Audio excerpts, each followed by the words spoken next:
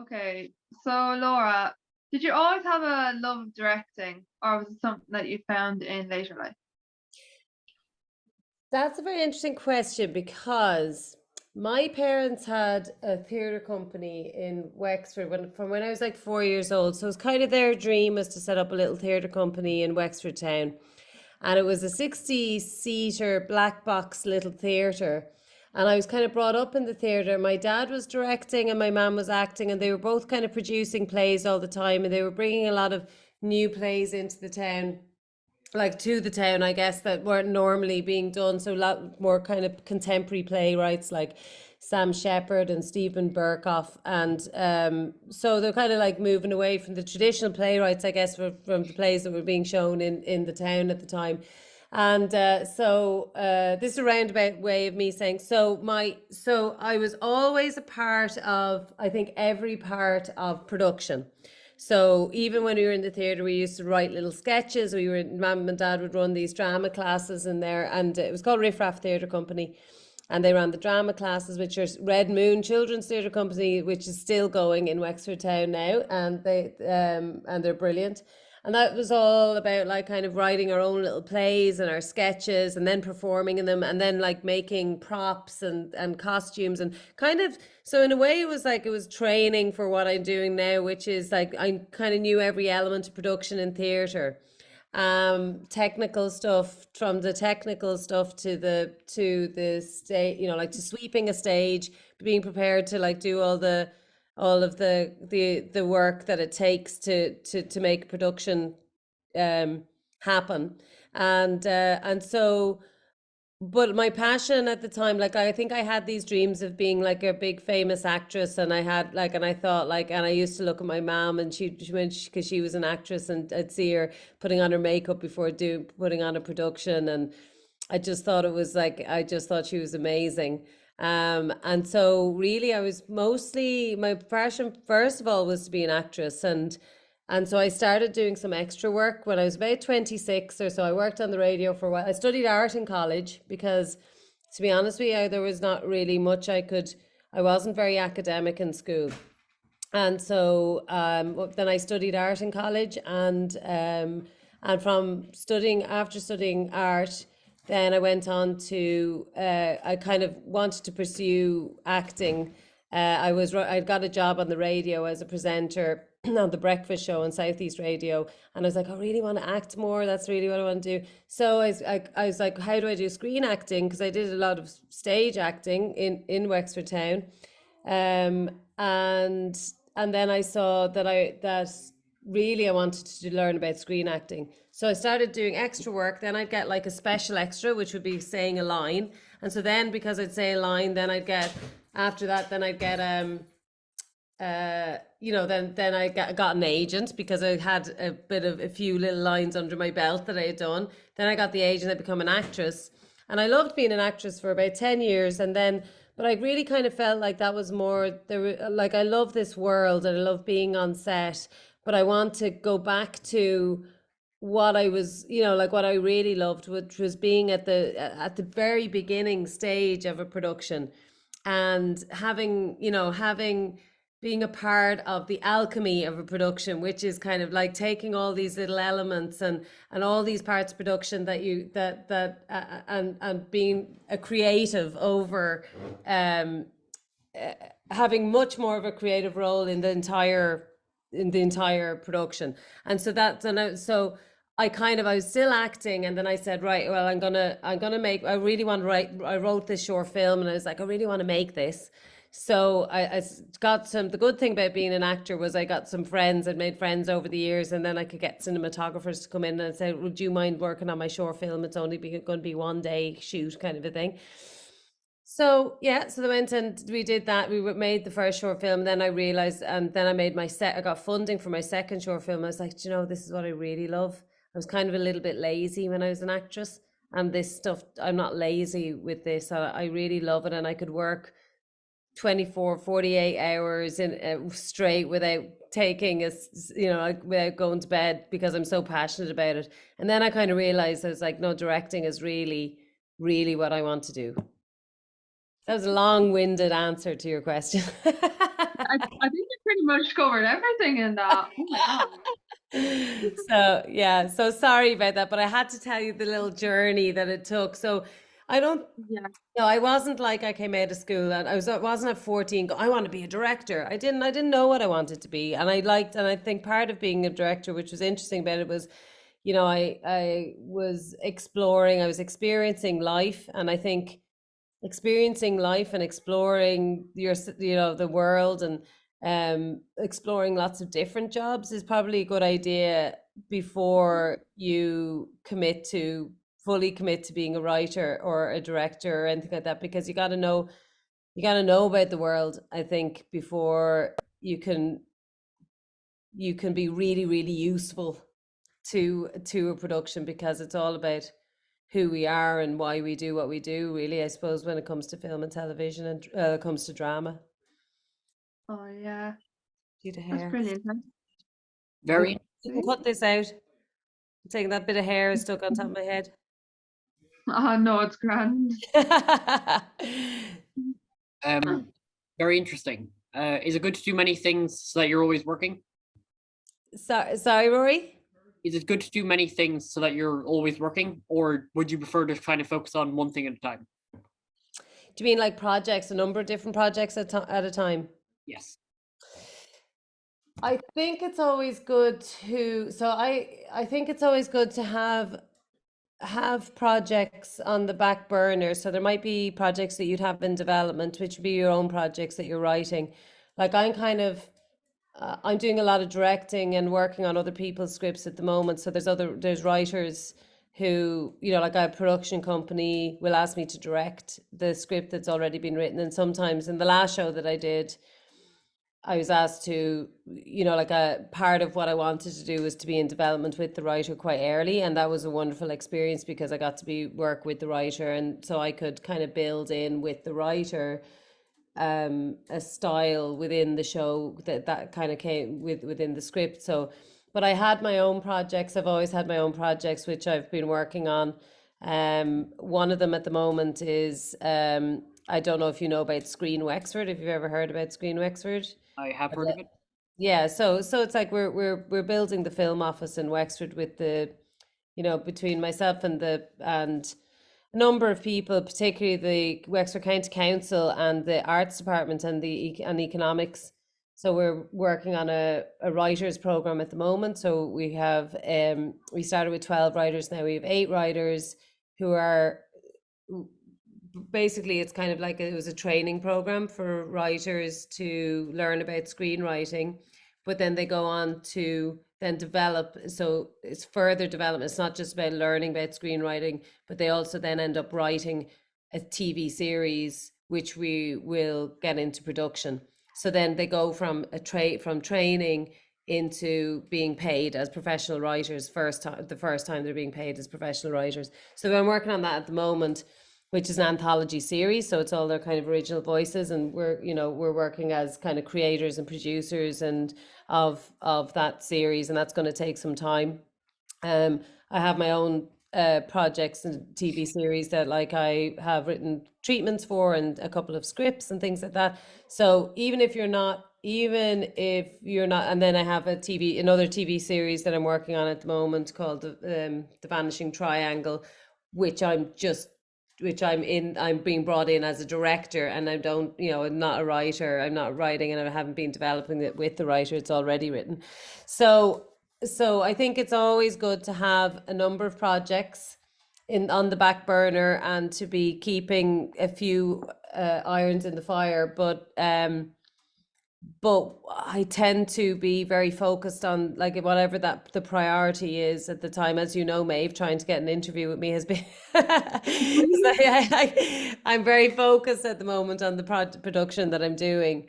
And so kind of in a way, then everything else kind of it's difficult to kind of keep managing, juggling all those projects in there, because one project requires your full focus. So sometimes I find that difficult, but it is a good idea to have a couple of different projects on the boil, I think, Well, that's very interesting. And yes, it does speak to the importance of being busy.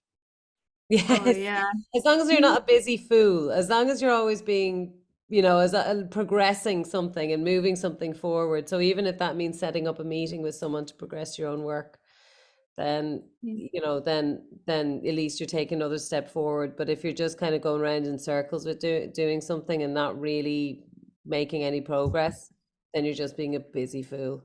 Like, make sure that there's a, I think the thing that I really need is I really need deadlines, because I could work on something forever without a deadline. And I need a reason to have to hand something over to someone. So let's say if it's one of my own projects, I need to like kind of almost say, I will have that project with you in 2 months' time. And then this is, and then you're to ask me, you know, like, so we will arrange a meeting, and within that meeting, we're to have, you know, I know that I need to get that draft of that script to that person because they need to read it before we have that meeting. So do you know what I mean? You have to give yourself deadlines, because otherwise a script, they say a script is never, you know, you never finish a script, you just abandon it. So, you know, and that's why deadlines are a good idea, because you could just spend forever writing something, you know? Yes, I totally see how you feel. And yeah, yep. It's a good idea. You got to know yourself. And I know that what I need, and I need pressure, and I need deadlines, and I need people going, where is that now? You know? So, yeah. And how often would you collaborate with another director on a project? So you'd write a script with another person, but you'd both direct the project. Ooh, well, I wouldn't now. That's an interesting question. So I wouldn't work with I haven't worked with any other directors on anything that I've written. But I have worked, but when you're shooting a TV show, there are kind of longer form TV shows, maybe 6 episodes, and you will have a first block director and a second block director. That means you'll have a director that will direct the first 3 episodes, and then another director that will direct the next 3 episodes. So you kind of have to collaborate, and that you have to kind of, you know, say to each other, hey, did you do this? You're like, what did you do in the first 3 episodes? Is there anything that you need me to, you know, anything that you need me to do that or need me to know that carries through to the next 3 episodes. So, but I mean, wouldn't collaborate a huge amount. It's more kind of checking in with each other about various elements of whatever the show is that you're working on. I'm currently just coming in to direct a final episode of a TV series, just one final episode of a TV series. And the director has directed the first 5 episodes. So, because I was kind of brought in, I only just brought in kind of a week and a half ago. But because of the schedule, they needed me to shoot immediately. So I had to be shooting on the floor within a couple of days, which is not usual. Usually you have like 5 weeks prep, or you have a number of weeks prep before that happens. So you know, I've had to go into that direction and say, okay, where are you at? Where's the character's arc? And, you know, we've had to kind of talk quite a bit. But I generally don't really, that's the thing about directors. They're kind of like writers in a way, is that you're not really collaborating with other directors a lot. But like on long running TV shows like EastEnders or Red Rock or some of them, then you might have to, you know, work, you might have to shoot someone else's scenes from their block or their episodes. So they might have to see, and so you need to talk to them about that and see what their plan was for it. So you might have to step in sometimes on the longer form shows as well for other directors. But overall, the collaboration is really happening with the writer or the producers. Okay. So yeah, that'd be a hard one to figure out now. Like, you have to direct something that someone else had already planned out. Like, that would be just.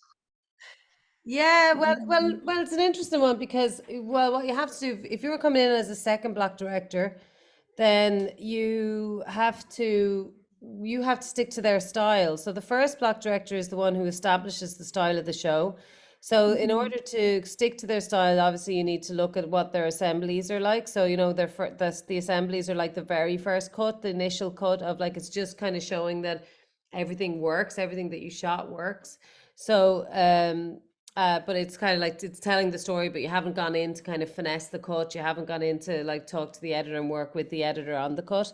So, but usually so you'll be watching their assemblies. You're seeing stylistically what they're kind of going for, and then what they do is they bring in the cinematographer, and the cinematographer tends to be the same, maybe the same cinematographer across all of the episodes, and they know the rules, they've discussed the rules of what they're shooting, and then you kind of have to emulate their style. You're able to bring in some of your own ideas, but you got to still emulate the style to make sure that it's consistent throughout the episodes. It's interesting because I didn't know how that worked years ago until I started working on TV, and now when I watch TV series, like I can see when a new director has come on, you might see just like the style is still the same, but there's just slightly something a little different about what they've done. Like maybe the performances are, maybe the performances are different or better, or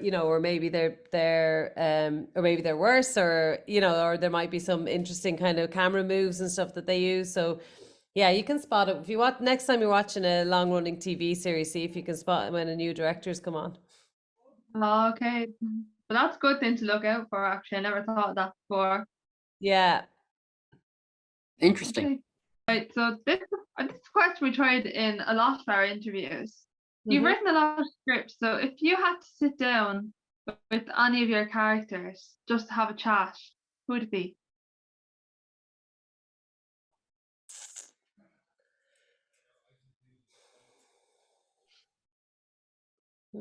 Oh, I know. There's a comedy script that I wrote called Bonkers. Now it's never been made. Like most of the stuff that I've written hasn't been actually been made. So it's like anything that I've directed it's all been other people's scripts. But there is a comedy script, and there's a character in the comedy script who is he's kind of like this guy. It's called Bonkers, and it's called Adults in a Kid's World, and it's about children's entertainers. And they're very competitive with the rival children's entertainers who are out there. And even they live in a small town, but they have all these rivals who would be other children's entertainers. And I think you can tell where that came from, which is, my background as my parents had a theatre company, and they did lots of kids entertainment and all that sort of stuff. So there's one character in it who is like a real know-it-all. And he's very he takes things very, very seriously. He sees himself as an absolute consummate professional, but he's super, super competitive. And the reason I'd like to sit down with him just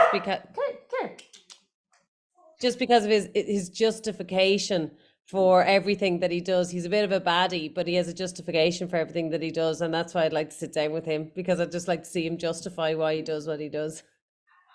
Brilliant. Nothing wrong with a good villain. Love a good villain. Oh, yeah. Oh, hello. That's Bibble. Hi, Hello. Bibble. No. So cute. Do any of your characters have dogs? Sorry? Do any of your characters that you have written have dogs?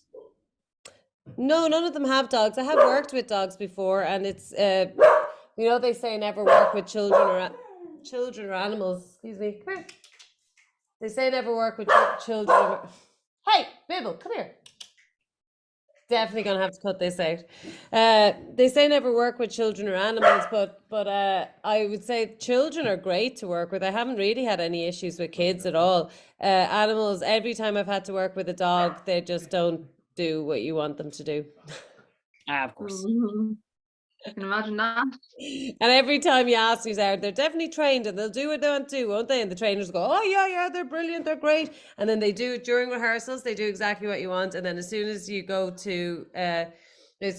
action, then they won't do it. So Lovely. I like what dogs are like. And often they run away as well. They can run away from sets. Oh, really?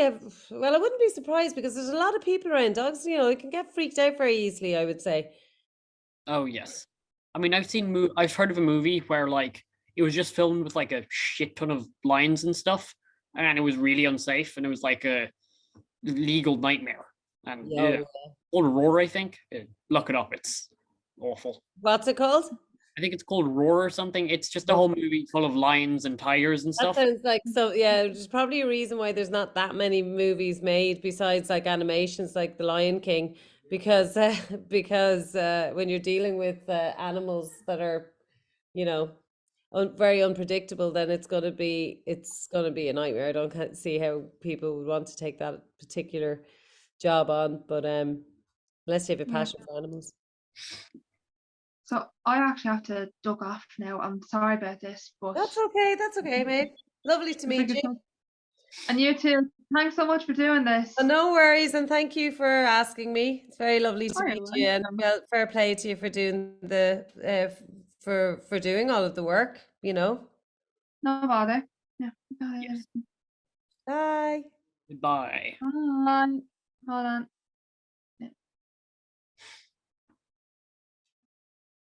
So, Rory, what questions have you got for me? I don't know. If you had any idea of what would the first step be for new actors / screen actors, what do you think it would be? Oh, for screen actors, okay. For actors anyway should, I guess, like actors, I think should act in everything. They should, like be on stage and they should be on screen, but they should know, but a stage actor should know that screen acting is different. There's different techniques that are needed. And so I think doing any kind of screen acting courses are a good idea because it shows you audition techniques, it shows you techniques for camera. It makes you more confident, it gives you more confidence, and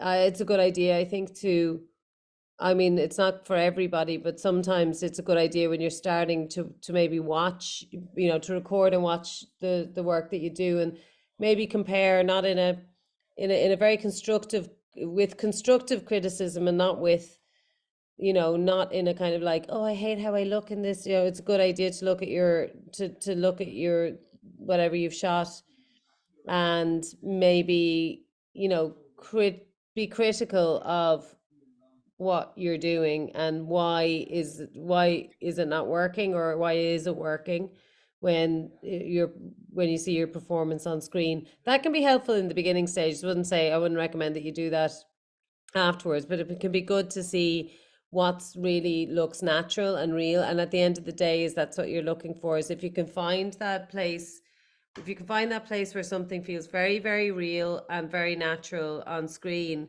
then you can start to build the character, So first of all, you got to find the realism and the truth. Now, you have to find the truth in all characters in stage or screen, but when you're starting out, you need to kind of understand the technique is different. So I would recommend that you do any kind of course. There's like Bow Street is a brilliant screen actors course that's up in Dublin. I don't know if they do anything down in Wexford or not, or, regionally.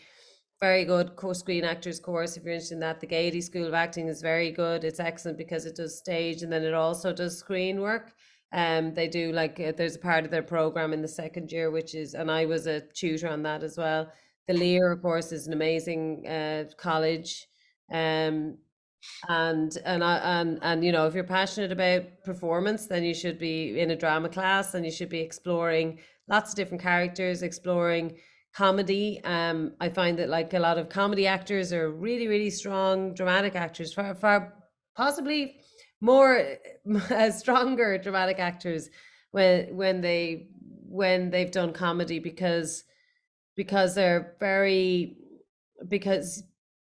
you can't be self-conscious. You have to get rid of all that self-consciousness when you do comedy. Do you know what I mean? Yeah. So it's not and you gotta kind of rid yourself of self-consciousness if you want to be an actor, and you have to be trying to look for a truth, and that truth has to translate on screen. So that has to translate on screen. So I would say advice would be to do any of those kind of courses. You don't have to stay in college forever or anything like that, and you can do part-time courses, but it's like building your confidence. Networking is really important, so you got to know other people who you got to get to know other people who are in the industry and people that can help you.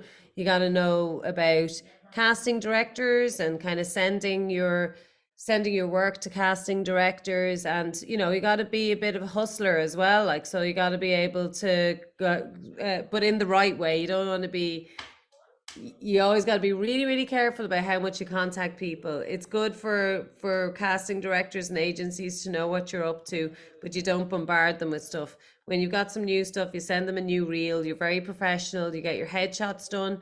Everybody, you can't be an actor without having a headshot, and you got to have a reel as well. And if you don't have a reel to start off with, then I would recommend, like, a really, if you're finding it difficult to get on sets, I recommend that then you sign up to something which is like a extras.ie or movieextras.ie and be an extra. Go on to set, see how a set works, see all the different elements. You're just a cog in a wheel. And the thing is that, like, if you're on screen, it's everything is what the people are watching, or the people, those characters that are on screen. At the same time, you've got to be part of this big, huge collaboration of many people that work in many different departments. And so you got to understand that you know how the industry works, and that you are there to help this happen and not to hinder it. And so you know, so I think it's a really good idea for people to get on set as soon as they can. And I think a good way of doing that is to work in another department, or is to be an extra, go on. And then as an extra, you get to watch really experienced, really good actors act. And then you're watching no better way to learn than to watch from very experienced actors and what they do. So there are some little tips that I would have as well. And to enjoy it, you know, I mean, that's the thing. It's like, it is a big adventure and it's fun, and we get to be kids, and we don't have to grow up when we work in film. So yeah, so they're the few little tips that I would give. Well, that's very handy advice. Yeah, I've asked many actors before, and yeah, they do say it's mainly about who you know, unfortunately. So Well, I wouldn't agree with that. No. No, not at all. It's not about who you know. It's about, I think it's about your work will always speak for itself, but you got to get the work to people who will watch the work, right? So it's not that it's about who, it's not about who, I don't think it's about who you know, because if you're not any good, it doesn't matter. If you're not able to perform, or you don't fit the role, oh yeah, you know, you're just not going to get the part. It's like, people don't just kind of, it doesn't work like that. Like, you got to understand that, like, when you're casting something, it's not just that I'm casting it. Like, there's producers and there's executive producers also. So I might like somebody, they might like them, and then it's like, people have to make the decisions about who they cast. So it's a much bigger thing, and that person has to fit the role in the first place. So it's, you know what I mean? So it's like a lot of people might feel like, oh, they're not getting the part, or I can't, you know. Well, you have to kind of look at, well, you know, am I the right fit for this character? And am I, you know, was I prepared enough? What was my audition like? And not to be too hard, on yourself at all, because you got to be able to walk away from auditions and say, you know, I try my best and I've got to move on to the next one. Because the other thing is that as an actor, you can totally drive yourself insane thinking, oh, I'm useless and I'm no good. But you should always want to be better.